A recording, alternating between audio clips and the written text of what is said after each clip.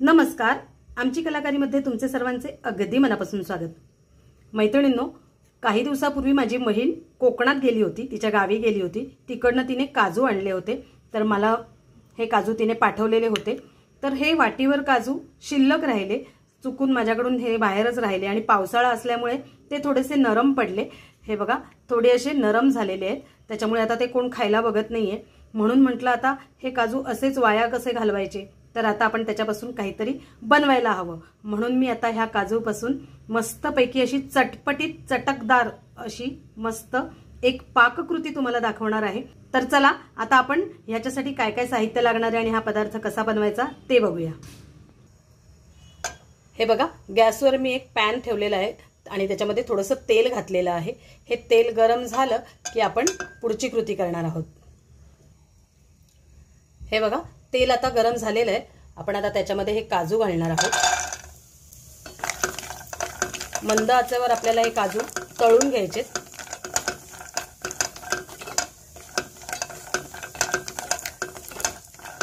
काजूचे तुकडे देखील मी याच्यात वापरलेले आहेत। मस्त खरपूस असे आता आपण हे भाजून घेणार आहोत।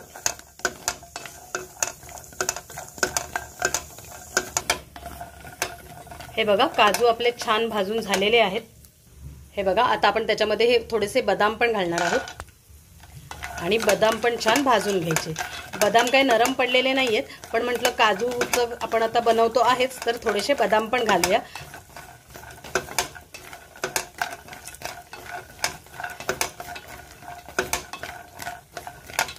काजू नरम झालेले होते म्हणून आपण ते आधी घातले आणि बदाम चांगले आहेत म्हणून नंतर घातलेले आहेत। बदाम भाजायला काही वेळ लागणार नाही। आता आपण त्याच्यामध्ये थोडीशी हळद घालूया। जगप्रसिद्ध असा मालवणी मसाला आमचा, थोडे असे झणझणीत पाहिजेत म्हणून 2 चमचे घातलाय। हा अगदी थोडासा चाट मसाला घालते। आता हे सगळं परतून घेऊया।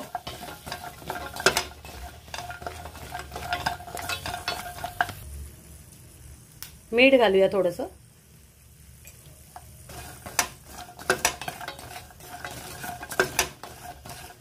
मस्त एकदम घमघमाट येतोय। आता आपण हे थोडंसं लिंबू पिळून घेणार आहोत, त्याचा मस्त असं चटपटीत स्वाद यायला पाहिजे। चाट मसाला तर आपण घातलेला आहे, पण लिंबू देखील पिळले।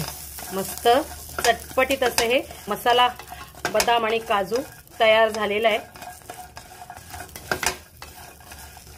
अगदी झटपट 5 मिनिटात आपला हा पदार्थ तयार झालेला आहे।